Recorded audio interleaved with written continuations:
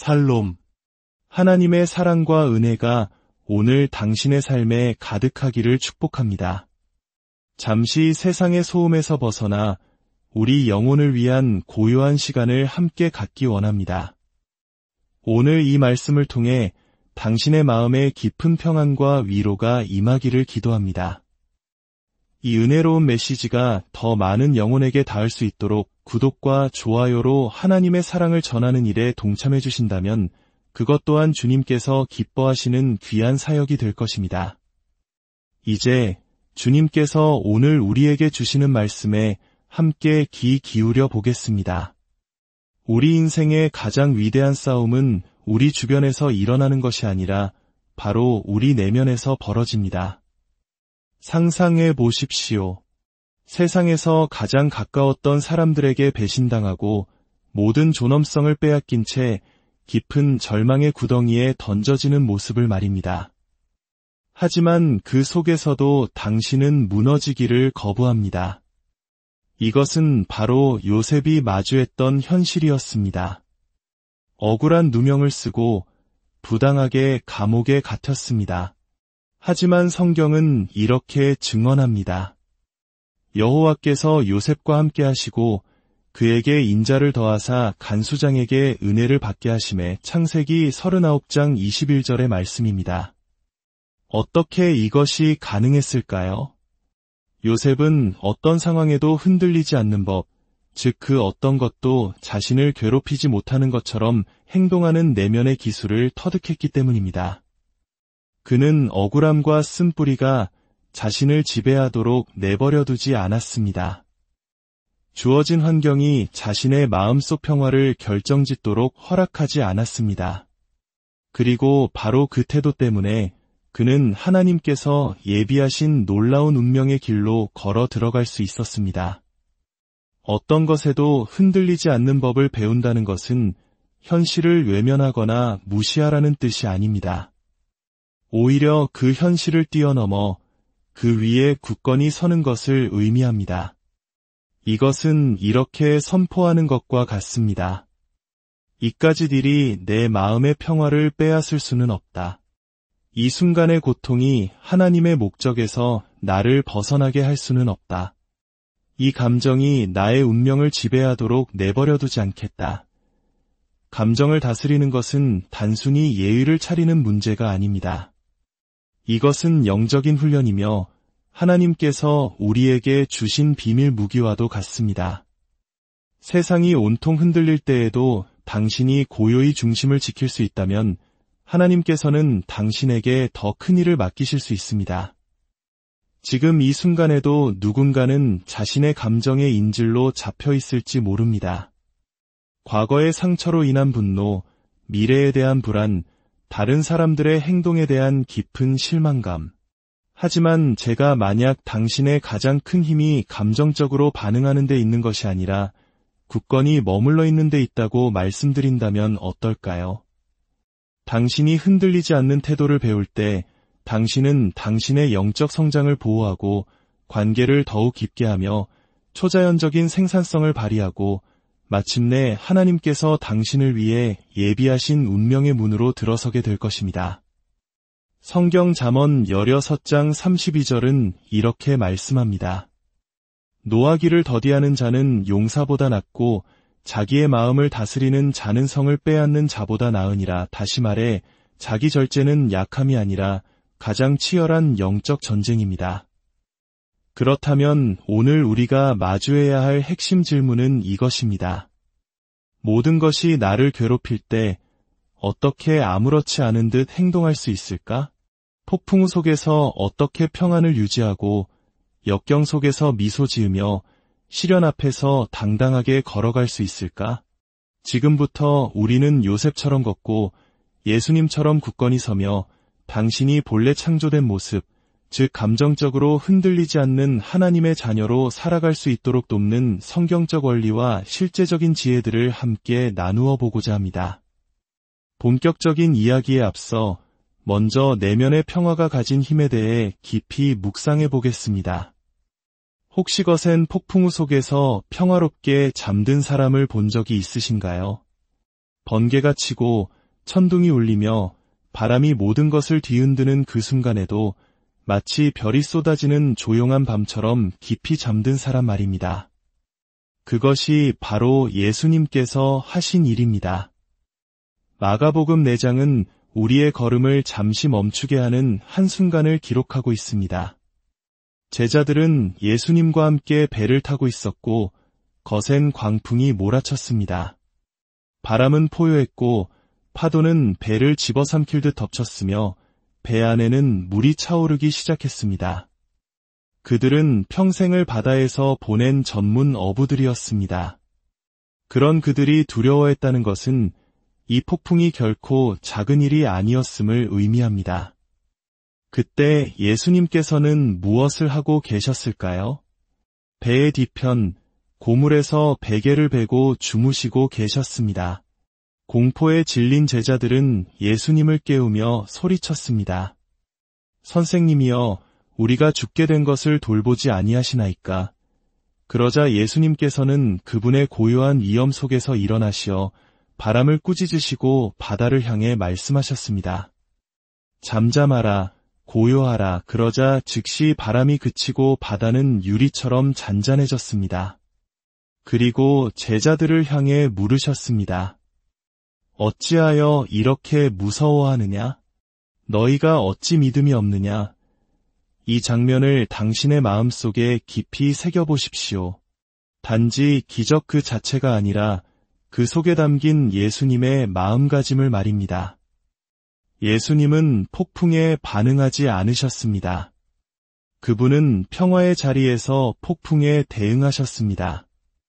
외부의 혼돈에 전혀 흔들리지 않는 내면의 평화와 확신이 있었기에 그분은 폭풍의 한가운데서도 주무실 수 있었던 것입니다. 그것은 약함이 아닙니다. 그것이야말로 진정한 힘이며 두려움을 다스리는 권세이고 아버지 하나님에 대한 온전한 신뢰입니다. 이러한 종류의 평화는 문제의 부재가 아닙니다. 그것은 하나님 안에 거하는 확신의 존재입니다. 인생의 폭풍은 반드시 찾아옵니다. 예수님께서는 잔잔한 바다를 약속하지 않으셨습니다. 하지만 그분은 당신과 함께 하시겠다고 약속하셨습니다. 그리고 바로 그 사실이 모든 것을 바꾸어 놓습니다. 이사야 26장 3절은 말씀합니다. 주께서 심지가 견고한 자를 평강하고 평강하도록 지키시리니 이는 그가 주를 신뢰함이니이다. 이 구절은 당신의 주변이 조용할 때 하나님께서 평강을 주신다고 말하지 않습니다. 당신의 마음이 하나님께 고정되어 있을 때 바로 그때 그분께서 당신을 완전한 평강으로 지키신다고 말씀합니다. 이것은 외부의 조건이 아닌 내면의 초점에 관한 것입니다. 당신의 마음이 하나님이라는 굳건한 다에 매여 있을 때 거센 바람이 불어와도 당신은 부러지지 않을 것입니다. 높은 파도가 덮쳐와도 당신은 가라앉지 않을 것입니다. 왜냐하면 당신은 혼돈에 반응하는 것이 아니라 고요한 중심에서부터 그것에 대응하고 있기 때문입니다. 당신의 힘으로 모든 것을 해결하려 허둥대는 것이 아니라 온전한 신뢰 안에 굳건히 서 있기 때문입니다. 최근 역사상 가장 어두웠던 경제위기 시절 믿음으로 유명했던 한 경영인이 있었습니다. 수많은 회사들이 무너지고 직원들이 미래를 두려워할 때 그는 직원들을 모아 차분하게 그들을 안심시켰습니다. 공허한 말이 아닌 눈에 보이는 평안으로 말입니다. 그는 이렇게 말했습니다. 우리는 미래에 무슨 일이 일어날지 다 알지 못합니다. 하지만 우리는 누가 그 미래를 붙들고 계신지는 알고 있습니다. 그는 단지 말로만 한 것이 아니라 실제로 그렇게 살았습니다. 다른 이들이 공포에 질려 성급한 결정을 내릴 때 그는 신중한 결정을 내렸습니다. 다른 이들이 서두를 때 그는 기도했습니다. 다른 이들이 편법을 쓸 때 그는 정직함을 지켰습니다. 그리고 마침내 그의 회사는 위기에서 살아남았을 뿐만 아니라 이전보다 더욱 강해졌습니다. 이것이 바로 내면의 평화가 가진 힘입니다. 평화는 폭풍을 없애주지 않습니다. 하지만 당신이 그 폭풍을 어떻게 헤쳐나가는지를 완전히 바꾸어 놓습니다. 그래서 당신에게 묻고 싶습니다. 당신은 지금 어떤 폭풍 속에 있습니까? 무엇이 당신의 평화를 흔들고 있습니까? 재정적인 압박입니까? 가족 간의 갈등입니까? 건강이나 미래에 대한 두려움입니까? 그것이 무엇이든 저는 당신에게 상기시켜 드리고 싶습니다. 예수님께서는 여전히 당신의 배 안에 계시며 그분은 결코 당황하지 않으십니다. 그분은 발을 동동 구르거나 차선책을 찾느라 분주하지 않으십니다. 그분 자신이 바로 평화이십니다. 당신은 두려움으로 반응할 필요가 없습니다. 당신은 믿음으로 대응할 수 있습니다. 이것이 오늘 우리가 붙잡아야 할 행동 지침입니다. 반응을 멈추고 대응을 시작하십시오. 당신 자신을 평안의 다에 묶으십시오. 어떻게 할 수 있을까요? 당신의 마음을 세상의 뉴스나 청구서나 만약에라는 걱정에 두지 말고 오직 그분께 고정하는 것입니다. 당신의 마음을 하나님의 말씀과 그분의 신실하심, 그분이 행하신 일들, 그리고 그분의 약속에 고정하십시오. 예수님께서 폭풍을 잠재우신 것은 제자들에게 깊은 인상을 남기기 위함이 아니었습니다. 그분은 더 깊은 진리를 드러내기 위해 그 일을 행하셨습니다. 평안은 환경 속에서 발견되는 것이 아니라 오직 그분 안에서만 발견된다는 진리를 말입니다. 그분은 단지 바다만 잠잠하게 하신 것이 아닙니다.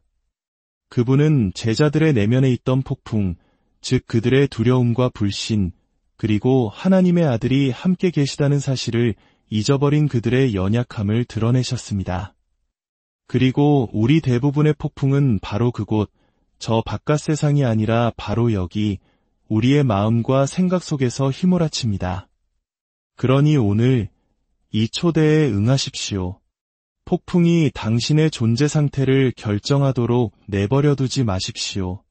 당신의 평안을 문제들에게 내어주지 마십시오. 당신의 자리를 굳건히 지키십시오. 예수님처럼 걸어가십시오.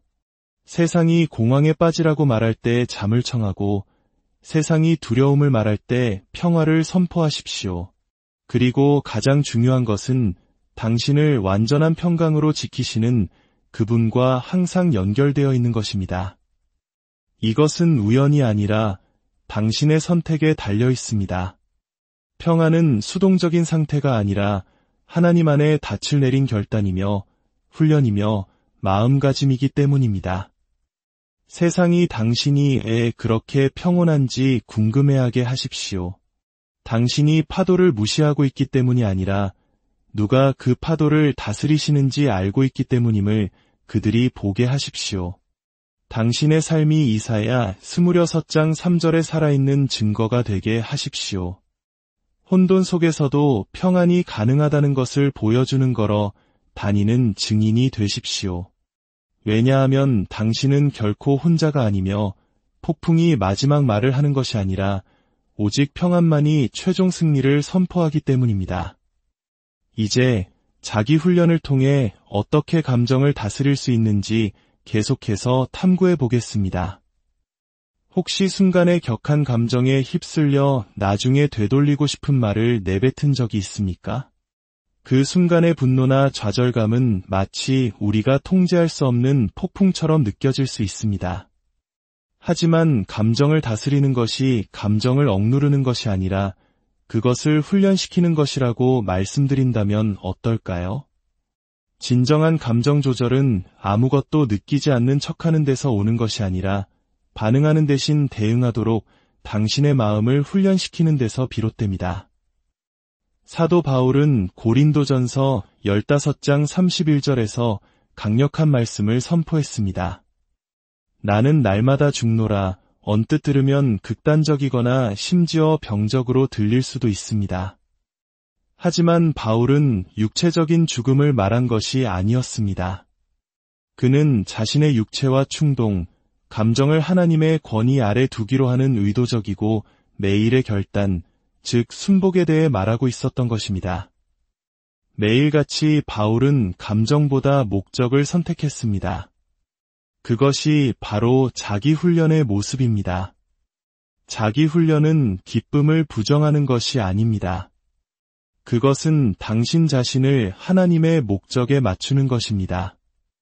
나는 이 순간의 일시적인 감정이 나의 영원한 소명을 망치도록 내버려두지 않겠다고 선포하는 것입니다. 그것이 바로 힘이며 성숙이며 지혜입니다. 잠언 29장 11절은 이렇게 말합니다. 어리석은 자는 자기의 노를 다 드러내어도 지혜로운 자는 그것을 마침내 그치게 하느니라. 이는 당신이 분노나 슬픔, 실망을 느끼지 않는다는 뜻이 아닙니다. 단지 그 감정들이 당신의 결정을 주도하도록 내버려두지 않는다는 의미입니다. 당신은 잠시 멈추는 법을 배우고 숨을 고르는 법을 배우며 행동하기 전에 한 걸음 물러서는 법을 배우게 됩니다. 제가 멈춤이라고 부르는 간단한 훈련법이 있습니다. 당신을 자극하는 무언가에 반응하기 전에 그것이 모욕이든 불쾌한 일이든 사소한 불편함이든 그냥 잠시 멈추십시오. 속으로 5을 세어보십시오. 조용히 기도하십시오. 그리고 스스로에게 물어보십시오. 이것이 나의 평안을 희생할 가치가 있는가? 이 행동이 하나님께 영광이 되는가? 나는 지금 감정적으로 반응하고 있는가? 아니면 지혜롭게 대응하고 있는가? 그 잠시의 멈춤이 관계의 다리를 놓느냐 불태우느냐를, 후회와 절제를, 어리석음과 지혜를 가르는 결정적인 차이를 만들 수 있습니다. 제가 아는 한 자매님의 예시를 들어보겠습니다. 그녀는 믿음이 강했지만 직장에서 까다로운 상사 때문에 힘든 시간을 보내고 있었습니다. 하루하루가 도전이었죠. 어느 날 회의 중에 부당하게 비난을 받은 후 그녀는 거의 폭발할 뻔했습니다. 하지만 맞받아치는 대신 그녀는 잠시 멈추었습니다. 자신이 누구이며 누구에게 속해 있는지를 기억해냈습니다.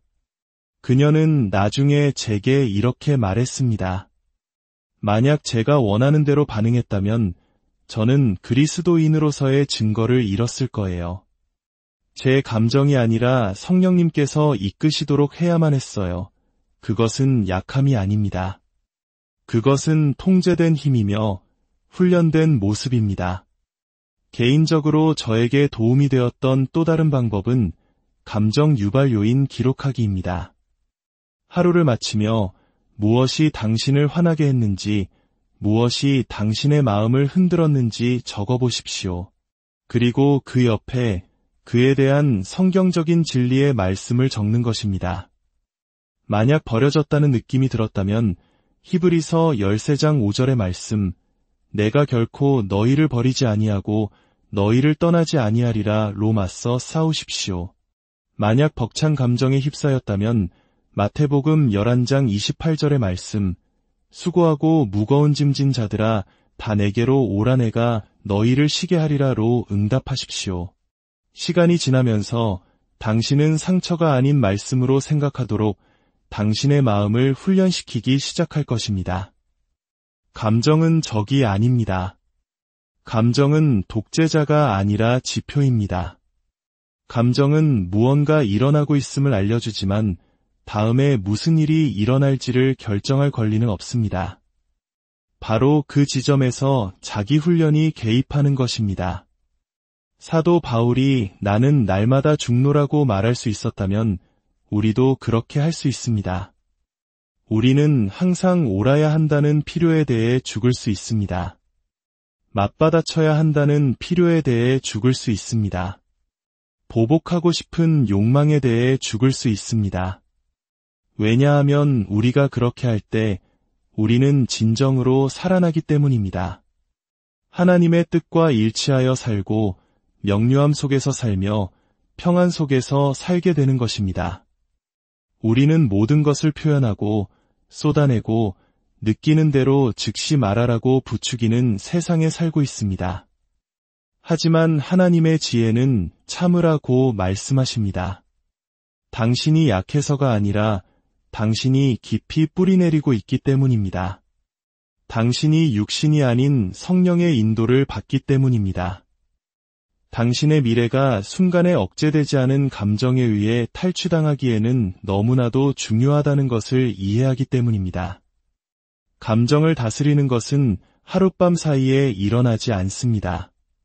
그것은 한 번의 선택, 한 번의 멈춤, 한 번의 순복하는 순간들이 모여 이루어집니다. 하지만 연습할수록 더 자연스러워지고 자연스러워질수록 당신의 삶은 더욱 강력해집니다. 혼란스럽거나 기분 변화나 타인의 공격에 좌우되는 삶이 아니라 중심이 잡히고 굳건하며 강한 삶이 되는 것입니다. 그러니 오늘 당신의 감정을 훈련하기로 결심하십시오. 강해 보이기 위해서가 아니라 진정으로 강해지기 위해서 말입니다. 당신의 소명이 당신의 감정보다 더 위대하다는 것을 알기 때문입니다. 바울처럼 죄뿐만 아니라 자아와 충동에 대해서도 매일 죽기를 선택하기 때문입니다. 그렇게 함으로써 당신은 더 강하고 더 지혜롭고 더 꾸준하며 흔들리지 않는 사람으로 다시 일어설 것입니다. 그것이 자기 훈련의 힘이며 감정 조절의 아름다움이며 진정으로 성령과 동행하는 자들의 길입니다. 아무 것에도 흔들리지 않는다는 것은 다른 사람들이 당신의 평화를 통제하도록 내버려두지 않는다는 의미이기도 합니다. 누군가가 당신의 모든 신경을 건드리고 비난하고 공격하고 당신의 진심을 오해하여 폭발하지 않기 위해 안간힘을 썼던 적이 있습니까? 누군가의 말이나 행동이 당신의 평화를 향해 날아오는 화살처럼 느껴지는 바로 그 순간 말입니다. 우리 모두 그런 경험이 있습니다. 솔직히 말해 누군가가 당신에게 비난이나 거짓, 심지어 저주를 퍼부을 때 평정심을 유지하기란 쉽지 않습니다. 하지만 여기에 진리가 있습니다. 사람들에게 의존하는 평화는 진짜 평화가 아닙니다. 그것은 연기에 불과합니다. 그리고 하나님께서는 우리가 사람들을 위한 연기자가 되라고 부르신 적이 없으십니다. 그분은 우리에게 그분의 평안 속에서 걸으라고 부르셨습니다. 이에 대한 가장 강력한 예시 중 하나는 사무엘하 16장에 나옵니다. 기름 부음 받은 왕 다윗은 자신의 아들 압살롬을 피해 도망치고 있었습니다. 그 고통만으로도 충분했을 텐데 시므이라는 사람이 나타나 그에게 돌을 던지고 저주를 퍼부었습니다. 다윗은 그를 즉시 침묵시킬 수 있었습니다. 실제로 그의 부하 중 한 명이 당장 시므이의 목을 베겠다고 제안했습니다. 하지만 다윗은 거절했습니다. 그는 보복으로 응수하지 않기로 선택했습니다. 그는 말했습니다. 그가 저주하게 버려두라. 혹시 여호와께서 나의 원통함을 감찰하시리니 오늘 그 저주 때문에 여호와께서 선으로 내게 갚아주시리라. 이것은 정말 깊은 통찰입니다. 다윗은 반격할 모든 권리가 있었습니다. 하지만 그는 강력한 무언가를 이해하고 있었습니다. 모든 공격이 당신의 반응을 받을 가치가 있는 것은 아니라는 사실을 말입니다. 다윗은 도발 앞에서 감정을 통제하는 아주 드물지만 강력한 모습을 보여주었습니다. 그것은 약함이 아니라 지혜입니다. 모든 사람과 모든 일에 반응할 필요는 없습니다. 왜냐하면 사람들이 당신의 반응을 통제할 때 그들은 당신의 평화를 통제하는 것이기 때문입니다. 그리고 당신의 평화는 다른 사람의 의견이나 드라마에 빌려주기에는 너무나도 귀한 것입니다. 로마서 12장은 이에 대해 직접적으로 말씀합니다.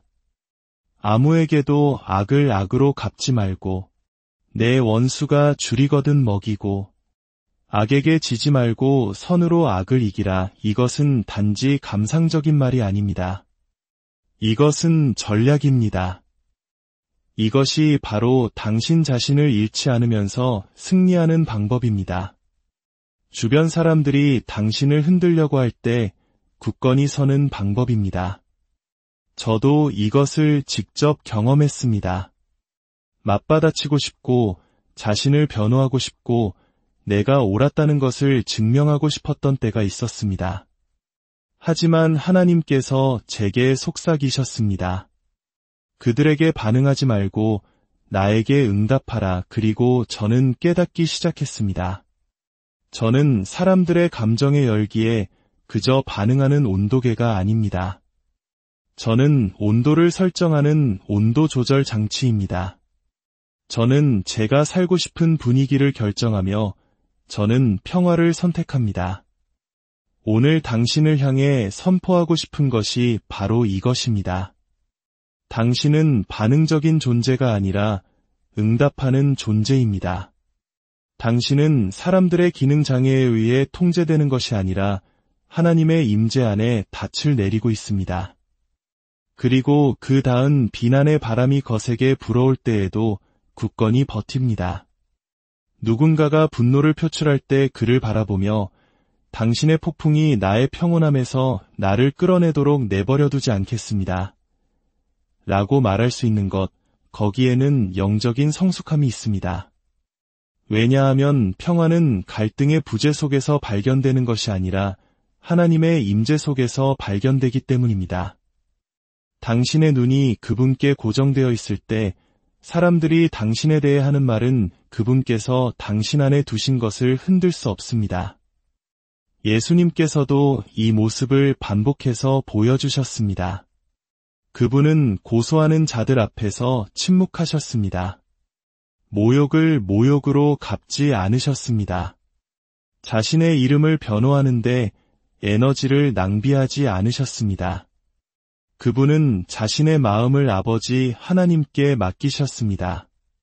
우리의 구원자께서 그렇게 하실 수 있었다면 우리도 그렇게 할 수 있습니다. 그러니 다음에 누군가가 당신을 도발하고 그들의 혼돈 속으로 당신을 끌어들이려 할 때 심의의 돌을 뒤로하고 걸어갔던 다윗을 기억하십시오. 로마서에 담긴 바울의 권면을 기억하십시오. 그리고 당신이 누구인지를 기억하십시오. 당신은 사람들의 행동을 비추는 거울이 아니라 하나님의 평화를 반사하는 존재입니다. 저와 함께 선포합시다. 나는 반응하는 온도계가 아니다. 나는 분위기를 설정하는 온도 조절 장치다.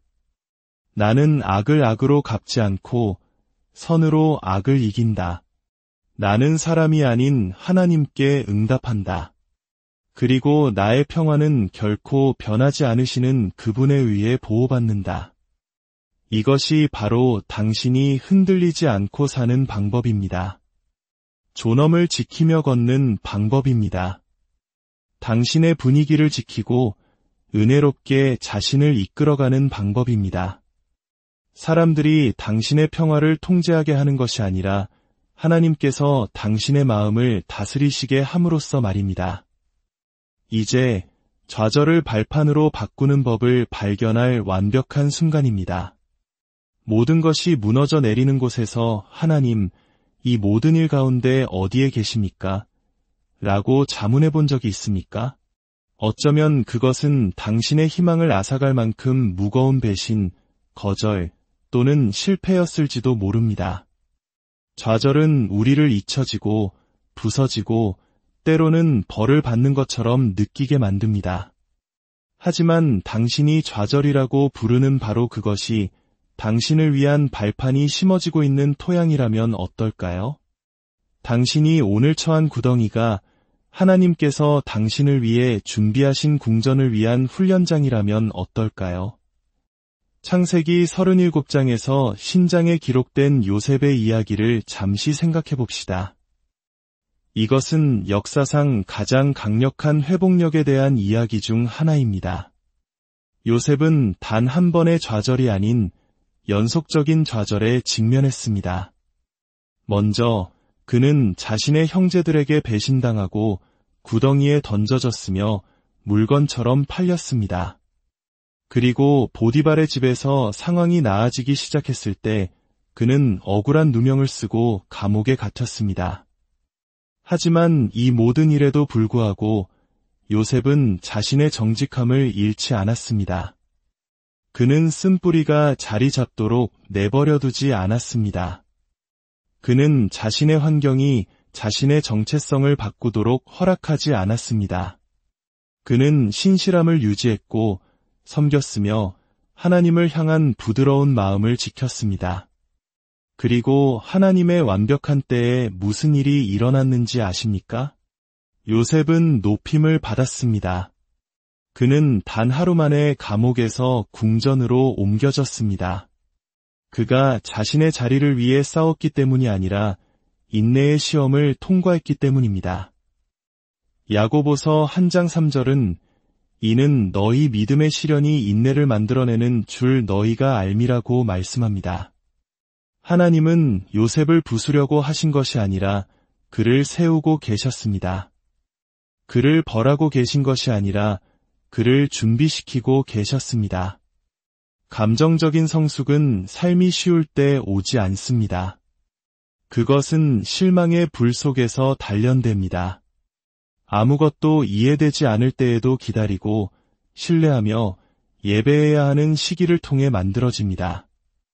하나님은 종종 우리를 훈련시키시고 우리의 믿음을 정결하게 하시며 우리의 성품을 강하게 하시고 그분이 우리에게 맡기시려는 것을 감당할 수 있도록 우리의 역량을 키우시기 위해 시련을 사용하십니다. 당신이 지금 꿈이 멈춘 것 같은 곳에 있을지도 모릅니다. 당신은 옳은 일을 하고 있지만 계속해서 잘못된 일들이 일어나고 있습니다. 제가 당신을 격려해도 될까요? 신뢰하기를 멈추지 마십시오. 씨 뿌리기를 멈추지 마십시오. 섬기기를 멈추지 마십시오. 그것이 좌절처럼 보인다고 해서 끝을 의미하는 것은 아닙니다. 사실 그것은 당신을 위한 발판의 바로 그 시작일 수 있습니다. 야고보서 1장 3절이 당신이 그저 인용하는 구절이 아니라 당신이 믿는 약속이 되게 하십시오. 믿음의 시련은 인내를 만들어냅니다. 그리고 그 인내는 단순히 살아남는 것에 관한 것이 아닙니다. 그것은 하나님께서 당신을 창조하신 모습, 즉 더 강하고 더 지혜롭고 흔들리지 않는 사람으로 되어가는 것에 관한 것입니다. 그러니 다음에 인생이 당신을 넘어뜨릴 때 왜 저입니까? 라고 묻지 말고 하나님, 제 안에서 무엇을 세우고 계십니까? 라고 물으십시오. 왜냐하면 당신이 처한 구덩이는 당신의 감옥이 아니라 당신의 발판이기 때문입니다. 당신의 좌절은 당신의 선고가 아니라 당신의 준비 과정입니다. 그리고 당신이 요셉처럼 신실함을 유지한다면 하나님께서는 당신을 가장 낮은 곳에서 들어올려 그분의 영광을 위해 사용하실 것입니다. 이것을 기억하십시오. 하나님의 준비는 종종 인생의 좌절이라는 포장지에 쌓여옵니다. 하지만 어둠 속에서 그분을 신뢰하는 자들은 빛 가운데서 그분의 손길을 보게 될 것입니다. 계속 나아가십시오. 당신은 상상할 수 있는 것보다 더 위대한 것을 위해 준비되고 있습니다. 어쩌면 오늘 당신에게 필요한 말은 모든 것이 마법처럼 내일 해결될 것이라는 말이 아니라 이 힘든 과정 속에서의 당신의 신실함이 중요하다는 말일지도 모릅니다. 하늘은 당신이 조용한 시기, 오해받는 시기, 묻힌 것처럼 느껴지는 시기를 어떻게 다루는지 지켜보고 있습니다. 하지만 여기에 진리가 있습니다. 당신은 묻힌 것이 아니라 심겨진 것입니다. 그리고 그 둘 사이에는 큰 차이가 있습니다. 씨앗이 심겨지면 그것은 숨겨지고 흙으로 덮이고 어둠 속에 있습니다. 하지만 표면 아래에서는 무언가가 일어나고 있습니다. 뿌리가 형성되고 힘이 자라나고 있습니다. 그리고 때가 되면 그 씨앗은 흙을 뚫고 나와 꽃을 피우고 열매를 맺습니다. 하지만 그 어둡고 숨겨진 시기가 없었다면 결코 일어나지 않았을 일입니다. 갈라디아서 6장 9절은 우리에게 상기시킵니다. 우리가 선을 행하되 낙심하지 말지니 포기하지 아니하면 때가 이름에 거두리라. 요셉은 포기하지 않았습니다. 그리고 당신도 포기해서는 안 됩니다. 감정적인 성숙은 모든 것이 괜찮은 척하는 것이 아닙니다. 그것은 모든 것이 불확실하게 느껴질 때 진리 위에 서는 것입니다. 두려움 대신 믿음을, 불쾌함 대신 순종을, 원한 대신 성장을 선택하는 것입니다. 하나님 안에서 당신이 누구인지를 너무나 깊이 알아서 어떤 구덩이, 어떤 감옥, 어떤 음모도 당신을 그 자리에서 흔들 수 없는 것입니다. 요셉이 바로의 궁정에서 꿈을 해석했을 때 그는 더 이상 단순한 꿈꾸는 자가 아니었습니다. 그는 지혜와 분별력, 겸손의 사람이 되어 있었습니다. 그는 준비되었습니다. 하나님의 준비 과정이 완성된 것입니다. 그리고 요셉을 위해 그 일을 행하신 바로 그 하나님께서 당신의 이야기 속에서도 일하고 계십니다. 그러니 과정을 서두르지 마십시오. 시련을 멸시하지 마십시오. 지연처럼 보이는 것은 발전입니다. 거절처럼 느껴지는 것은 하나님의 보호일 수 있습니다. 그리고 끝처럼 보이는 것은 당신의 가장 위대한 시작의 출발점일 수 있습니다. 하나님의 말씀이 그 모든 것을 통해 당신을 굳건히 붙들게 하십시오. 당신은 당신이 겪은 실패가 아닙니다. 당신은 당신이 던져졌던 구덩이로 정의되지 않습니다. 당신은 생각했던 것보다 더 많은 것을 감당할 수 있도록 빚어지고 정련되고 강해지고 있습니다. 그러니 고개를 드십시오. 마음을 부드럽게 유지하십시오. 당신의 영을 하나님과 일치시키십시오. 제기는 단지 목적지에 도착하는 것에 관한 것이 아닙니다. 그 과정에서 당신이 어떤 사람이 되는지에 관한 것입니다. 그리고 세상이 마침내 당신의 궁전의 순간을 보게 될 때 그들은 이것이 운이 아니었음을, 우연이 아니었음을 알게 될 것입니다. 이것은 하나님에 의해 설계되고 믿음으로 전달된 신성한 준비 과정이었음을 알게 될 것입니다. 당신은 지금 일어나고 있습니다. 그리고 이 준비 과정은 이제 막 시작되었을 뿐입니다. 이제 당신이 통제할 수 없는 것들로부터 자유로워지는 법을 가르쳐 드리겠습니다. 육체적인 노동 때문이 아니라 모든 결과, 모든 대화, 사람들이 당신에 대해 갖는 모든 인식을 통제하려고 애쓰다가 지쳐본 적이 있습니까? 그것은 정말 지치는 일입니다. 잠자리에 들었지만 마음은 여전히 맴돌고 있습니다.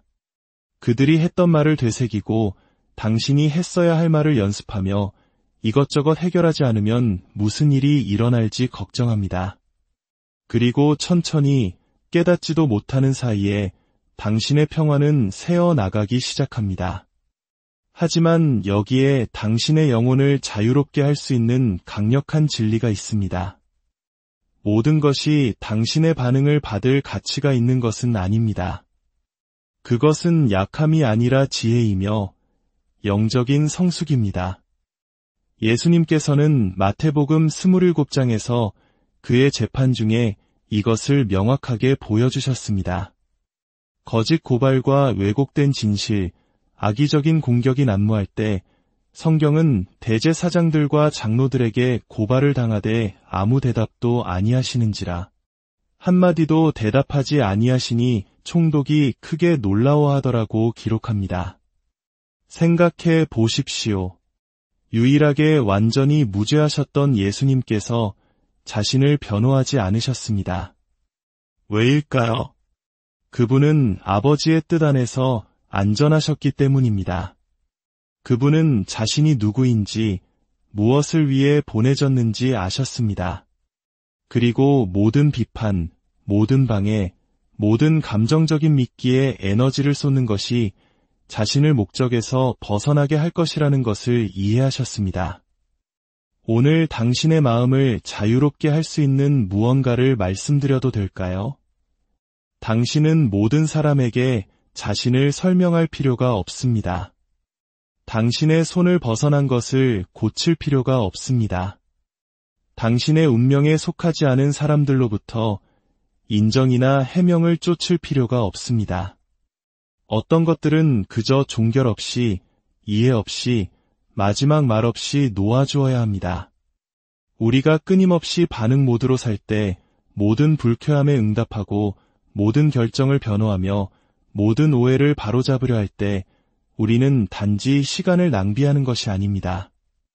우리는 평화를 소모하고 있는 것입니다. 우리는 다른 사람들의 기대라는 감옥에 우리 자신을 가두고 있는 것입니다. 그리고 당신은 그렇게 살도록 설계되지 않았습니다. 시편 55편 22절은 우리에게 말합니다. 내 짐을 여호와께 맡기라. 그가 너를 붙드시고 의인의 요동함을 영원히 허락하지 아니하시리로다. 그들이 당신을 붙드는 것이 아닙니다. 당신의 계획이나 통제가 아니라 오직 하나님께서 당신을 붙드십니다. 당신에게 너무 무거운 짐을 그분께 맡기는 순간 그분은 당신이 몰랐던 힘으로 개입하십니다. 그분이 당신을 들어 올리시고 당신을 이끄십니다. 당신이 통제할 수 없는 것들로부터 손을 뗄 때 당신은 하나님께서 오직 그분만이 하실 수 있는 일을 하실 공간을 드리는 것입니다. 그것은 단지 지혜가 아니라 자유입니다.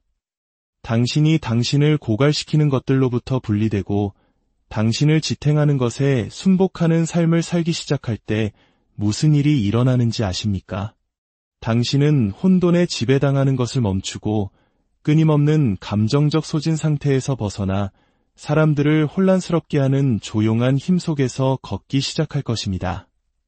그들은 당신이 예전처럼 반응하지 않는 이유를, 자신을 설명하지 않는 이유를, 그들이 깨뜨리려고 했던 것을 고치려 서두르지 않는 이유를 궁금해할 것입니다. 그리고 그 답은 간단합니다.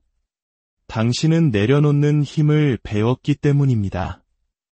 평화는 통제에서가 아니라 신뢰에서 발견된다는 것을 배웠기 때문입니다. 진정한 성숙은 하나님, 저는 이 상황을 관리하는 제 능력보다 당신을 더 신뢰합니다. 라고 말하는 것입니다.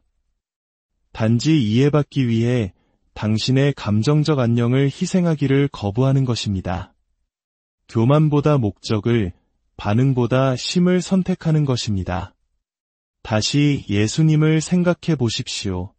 빌라도 앞에서의 그 순간 예수님의 침묵은 약함이 아니었습니다. 그것은 천둥과 같았습니다. 그것은 방을 뒤흔들었고 총독을 놀라게 했습니다.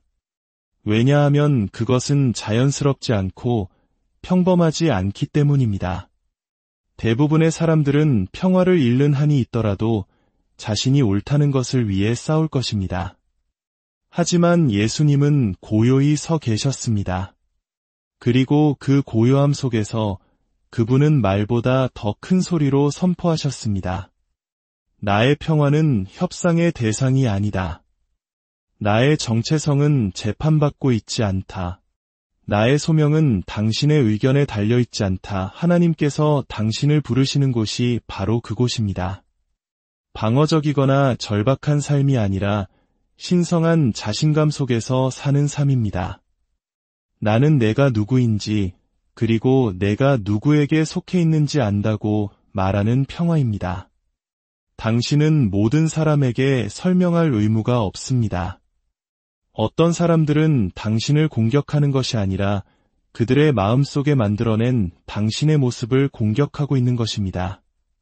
그리고 당신은 환상을 바로잡는데 당신의 인생을 쓸 필요가 없습니다.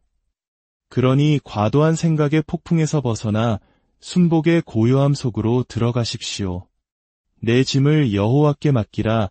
그가 너를 붙드시리라. 는 시편 55편 22절의 말씀을 마음에 새기며 하루를 시작하십시오.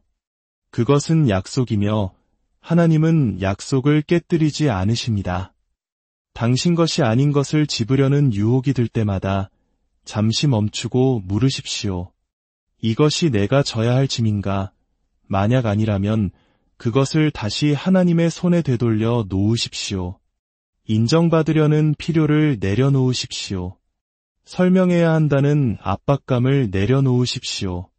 결과를 통제하려는 충동을 내려놓으십시오. 왜냐하면 가장 강력한 사람들은 가장 큰 소리로 외치거나 가장 빨리 반응하는 사람들이 아니기 때문입니다. 그들은 평화의 훈련을 마스터한 사람들입니다. 그리고 그것이 바로 당신이 되어가고 있는 모습입니다. 단지 믿는 자가 아니라 혼돈을 흡수하는 사람이 아닌 분위기를 설정하는 온도 조절 장치 말입니다. 그러니 깊이 숨을 쉬고 꽉 쥔 손을 풀고 오늘 믿음으로 이렇게 선포하십시오. 나는 결코 내 것이 아니었던 짐을 질 필요가 없다. 하나님께서 나를 붙들고 계신다. 그분의 평화는 충분하며 나는 자유하다. 이제 우리는 상황이 아닌 그리스도 안에 뿌리내린 정체성을 세우는 법을 배울 것입니다. 무엇이 당신을 흔드는지를 보면 그 사람에 대해 많은 것을 알 수 있습니다. 무엇이 당신을 괴롭히는지는 종종 무엇이 당신을 정의하는지를 드러냅니다. 비판이 당신의 하루를 망친다면 어쩌면 당신의 정체성은 다른 사람의 인정에 닻을 내리고 있을지도 모릅니다. 좌절이 당신을 황폐하게 한다면 아마도 당신의 가치는 성과나 성공에 묶여 있을 것입니다. 진실은 당신의 반응이 당신의 기초를 들여다보는 창문이라는 것입니다. 그리고 그 기초가 그리스도가 아니라면 그것은 압력 아래서 균열을 일으킬 것입니다. 요한복음 13장 3절은 예수께서는 아버지께서 모든 것을 자기 손에 맡기신 것과 또 자기가 하나님께로부터 오셨다가 하나님께로 돌아가실 것을 아시고 라고 말씀합니다. 이것은 그분이 제자들의 발을 씻기시기 직전의 상황이었습니다. 생각해 보십시오. 하나님의 아들께서 자신의 권위와 기원을 완전히 알고 계시면서도 불안감에서가 아니라 무언가를 증명하기 위해서가 아니라 확신 속에서 섬기기를 선택하셨습니다.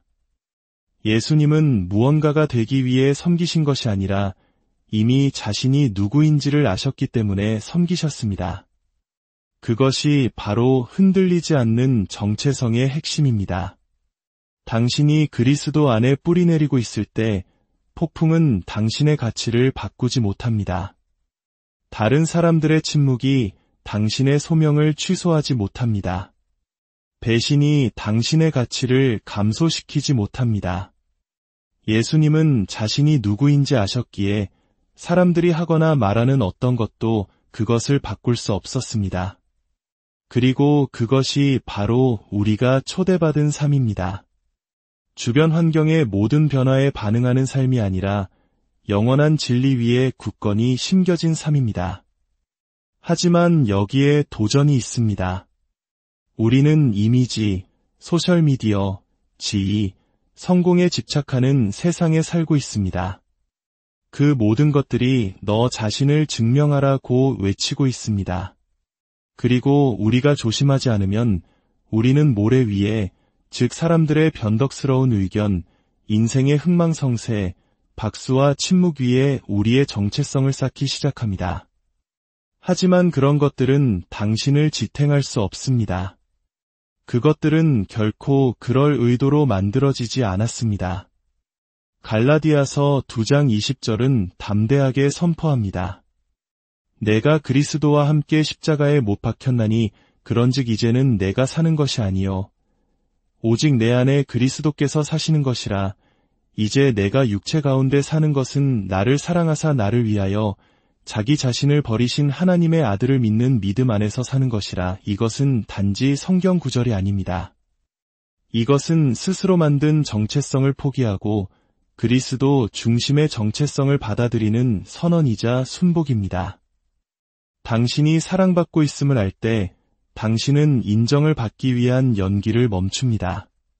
당신이 선택받았음을 알 때 당신은 인정을 얻기 위한 노력을 멈춥니다. 당신의 생명이 그리스도 안에 감추어져 있음을 알 때 당신은 거절을 두려워하는 것을 멈춥니다. 왜냐하면 당신은 이미 가장 중요하신 분에 의해 받아들여졌기 때문입니다. 오늘 당신에게 상기시켜 드리고 싶습니다. 당신의 정체성은 당신의 직업이나 관계 상태나 과거의 실수나 심지어 당신의 가장 위대한 성취도 아닙니다. 당신의 정체성은 당신의 트라우마나 직함이나 재능이 아닙니다. 당신의 정체성은 이것입니다. 당신은 하나님의 자녀이며 구속받았고 사랑받고 있으며 선택받았고 능력을 부여받았으며 부르심을 받은 존재입니다. 다른 모든 것은 일시적이지만 그 진리는 영원합니다. 그러니 인생이 당신을 흔들고 사람들이 당신을 오해하고 비판이 닥쳐올 때 당신은 소용돌이칠 필요가 없습니다. 당신은 그저 굳건히 서 있기만 하면 됩니다. 하나님께서 당신이 누구라고 말씀하시는 그 진리 위에 서십시오. 계절에 따라 변하지 않는 진리 위에 서십시오. 끊임없는 박수가 필요 없는 안전함 위에 서십시오. 그리고 당신이 그렇게 할 때, 당신이 그 자리에서 살 때 모든 것이 변합니다. 당신은 인정을 위해 사는 것을 멈추고 인정받은 자로서 살기 시작합니다. 당신은 모든 바람에 반응하는 것을 멈추고 신성한 목적을 따라 움직이기 시작합니다. 당신은 역할이나 의견, 기대 속에서 길을 잃지 않습니다. 왜냐하면 당신은 진리의 닻을 내리고 있기 때문입니다. 당신은 당신의 상황이 아닙니다. 당신은 당신의 힘겨움이 아닙니다. 당신은 당신의 계절이 아닙니다. 당신은 하나님께서 당신이라고 말씀하시는 바로 그 사람입니다. 그리고 어떤 것도, 심지어 지옥 그 자체도 그것을 다시 쓸 수 없습니다. 그것이 당신의 자신감이 되게 하십시오. 그것이 당신의 평온함이 되게 하십시오. 그것이 당신의 명료함이 되게 하십시오. 그리스도 안에 뿌리내리고 은혜 위에 굳건히 서며 흔들리지 않는 정체성 속에서 말입니다. 이제 마지막으로 조용한 힘의 기술을 배우겠습니다. 포효하지 않고 논쟁하지 않으며 인정받기 위해 자신을 설명하지 않는 종류의 힘이 있습니다. 목소리를 높이는 대신 평온함 속에서 솟아나는 힘. 그것을 조용한 힘이라고 부릅니다. 모든 사람이 듣기 위해 싸우고 의견이 소리쳐지고 성미가 폭발하는 세상에서 조용한 힘은 폭풍 속의 등대처럼 두드러집니다. 그것은 아무것도 증명할 필요가 없습니다. 그것은 자신이 무엇을 가지고 있는지 알고 있습니다. 예수님께서 빌라도 앞에서 고소당하고 조롱당하고 맞으셨을 때 그분은 말로 자신을 변호하지 않으셨습니다. 이사야 신세장 7절은 말합니다. 그가 곤욕을 당하여 괴로울 때에도 그의 입을 열지 아니하였으며 마치 도수장으로 끌려가는 어린 양과 털 깎는 자 앞에서 잠잠한 양같이 그의 입을 열지 아니하였도다. 그것은 약함이 아니었습니다. 그것은 통제된 힘이었습니다. 침착함으로 감싼 자신감이었습니다. 절정에 달한 조용한 힘이었습니다. 이제 당신에게 묻겠습니다. 당신은 오해받는다고 느낄 때 어떻게 반응하십니까? 억울하게 고발당할 때, 누군가가 반응을 유도하려 할 때, 즉시 자신을 변호하고 모든 세부 사항을 설명하며 단지 듣기 위해 목소리를 높입니까? 아니면 언제 잠잠해야 하고 하나님께서 당신을 위해 말씀하시게 해야 하는지를 아십니까? 시편 46편 10절은 우리가 소음 속에서 종종 놓치는 초대를 속삭입니다. 너희는 가만히 있어 내가 하나님됨을 알지어다. 더 크게 소리치라고 말하지 않습니다. 당신의 주장을 증명하라고 말하지 않습니다. 가만히 있으라고 말합니다. 왜일까요? 당신이 진정으로 당신의 하나님이 누구이신지를 알 때 당신은 당신의 이미지를 보호하기 위해 당황하지 않기 때문입니다. 당신의 동기를 설명하기 위해 허둥대지 않기 때문입니다. 당신은 서고, 쉬고, 신뢰합니다. 조용한 힘은 수동적인 것이 아닙니다. 그것은 깊이 의도적입니다. 당신의 변호보다 당신의 평화가 더 크게 말하게 하는 선택입니다. 모든 싸움이 말로 싸워야 하는 당신의 싸움이 아니라는 것을 이해하는 것입니다. 어떤 싸움은 당신의 영의 고요함으로 이깁니다. 어떤 승리는 보복이 아닌 절제를 통해 옵니다. 결코 목소리를 내지 말라는 말이 아닙니다. 하지만 이것을 말씀드리고 싶습니다. 이미 마음을 정한 사람들에게 자신을 증명하기 위해 에너지를 낭비할 필요는 없습니다. 들을 의지가 없는 사람들에게 이해받기 위해 당신의 영혼을 쏟아낼 필요는 없습니다. 때로는 당신이 할 수 있는 가장 강력한 일은 미소 짓고 평정을 유지하며 목적 안에서 계속 걸어가는 것입니다. 예수님은 모든 비판에 응답할 필요가 없으셨습니다. 왜냐하면 그분은 이미 진리 안에 뿌리 내리고 계셨기 때문입니다. 그분은 자신의 사명을 입증하기 위해 연기할 필요가 없으셨습니다. 그분은 누가 자신을 보내셨는지 아셨습니다. 그리고 그 때문에 그분의 침묵은 천둥이었고 그분의 고요함은 힘이었습니다. 그러니 오늘 이것을 마음에 새기십시오. 당신의 평화가 당신의 힘입니다. 당신의 침착함이 당신의 무기입니다. 당신의 침묵은 당신의 말이 결코 할 수 없는 방식으로 하나님께서 움직이시는 성소가 될 수 있습니다. 다음에 논쟁하거나 과도하게 설명하거나 정당화하려는 유혹이 들 때 잠시 멈추고 숨을 쉬십시오. 그리고 힘을, 고요함을, 평화를 선택하십시오. 당신에게는 항상 마지막 말이 필요한 것이 아닙니다. 당신에게는 하나님의 지속적인 임재가 필요합니다. 그분께서 당신을 위해 싸우시게 하십시오. 당신의 삶이 대답이 되게 하십시오. 왜냐하면 결국 중요한 것은 당신이 얼마나 시끄러웠는지가 아니라 당신이 얼마나 잘 서 있었는지이기 때문입니다. 사랑하는 여러분, 당신 안에는 두려워하는 영이 아니라 능력과 사랑과 절제하는 마음의 영이 있습니다. 당신은 주변에서 몰아치는 폭풍보다 강하며 당신의 귀에 거짓말을 속삭이려는 의심보다 더 위대합니다. 어떤 상황도 훔쳐갈 수 없는 신성한 힘을 당신은 가지고 있습니다. 오늘 당신의 평화를 상황이나 사람, 혹은 당신 외부의 어떤 것에도 넘겨주는 것을 멈추십시오. 지금 이 순간 무엇이 당신을 흔들려고 하든 굳건히 서겠다고 결심하십시오. 오늘 아무것도 나를 흔들 수 없다고 마음속으로 선포하십시오.